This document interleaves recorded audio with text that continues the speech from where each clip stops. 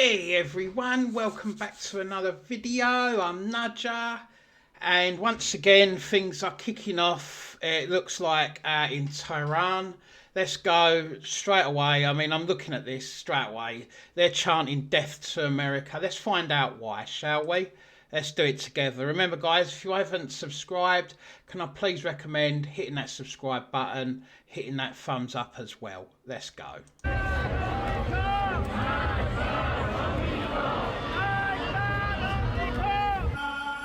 Crowds in Tehran chanting death to America and Israel at the funerals of top terror leaders and nuke scientists killed in last week's strikes. Meanwhile, Israel focusing on making the world a safer place by taking down a Hamas co-founder and architect behind the October 7th attacks. Now, President Trump, hopeful a ceasefire is near, posting overnight, make the deal in Gaza, get the hostages back. Our next guest says the president knows ultimately there cannot be peace with a terror regime. Retired Brigadier General Amir Avivi has led thousands of IDF combat soldiers. He joins us now from Israel. Thank you so much for joining us. So I guess my first question to you is this. In taking out this terror leader, how long had he been on the IDF's radar, and how big of a deal is it that he has been taken out? So he's one of the founders of Hamas. He's been around a very, very long time. He has dealt with training Hamas for the attack, and he was part of the attack on the 7th of October.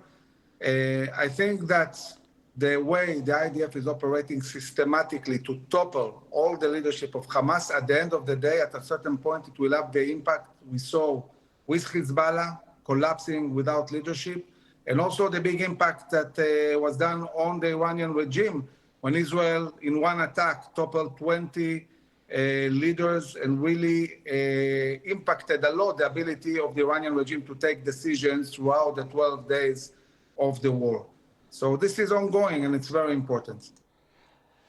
Well, I mean, my own opinion of this, I don't even think my opinion matters, to be honest, because either way, whether I say one side or another, I'd get hatred, I'd probably get feedback from either side, right? So I'm just going to stay in the middle at the moment. All I am going to say with this is the fact that they're shouting death to America, and it will be death to England as well, because we're allies with America, so naturally it's going to come back over. And I believe the British police have thwarted a couple of terror attacks already, so I can only imagine something's going to happen in America. I reckon it's going to get the attacks in America on American soil, I reckon, because of things like this, will get worse.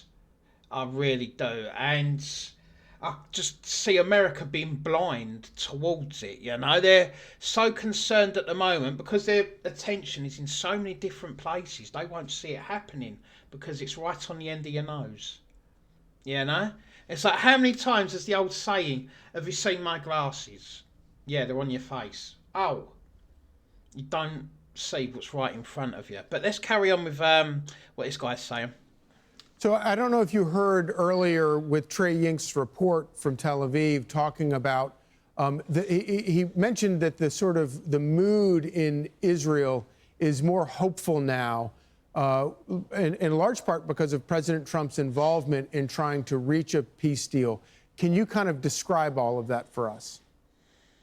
Yeah, so we understand that after the big win together with the U.S. against Iran, it's obvious this is going to impact also Gaza.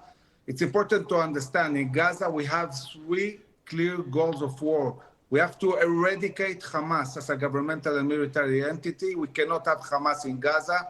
Hamas is Muslim Brotherhood. If Hamas, God forbid, stays in power, this is not only going to endanger every Israeli in the future, it's going to impact the whole Middle East. We might see a collapse of regimes. Muslim Brotherhood is a strong power, radical one, ISIS, Al-Qaeda, and so on. and we cannot have this power staying. We want to bring back all the hostages, and also, of course, make sure that never again there will be a terror army. Right. And of course, Hamas has not done any favors for Gaza either. General Avivi, thank you so much for joining us. I'm Steve Doocy. I'm Brian Kilmeade. And I'm Ainsley Earhart. And click here to subscribe. No, you're all right. What can you say to that, you know? Yes, the hostages need to get released, you know? I'm surprised that they still haven't been. These poor people that have been captured and kept, obviously, for, what, nearly a year? It's ridiculous. It's absolutely ridiculous. People need to... They need to release the hostages, first and foremost. I mean, I'm sorry, but what good do they serve holding them? You know, it's just absolutely bizarre. To me, anyway. This is just absolutely bizarre. But if you agree or disagree, guys, let me know in the comments. Yeah, please make sure you do. Also, please make sure you hit the subscribe button as well. All right, thanks very much, guys. I'll see you on the next video.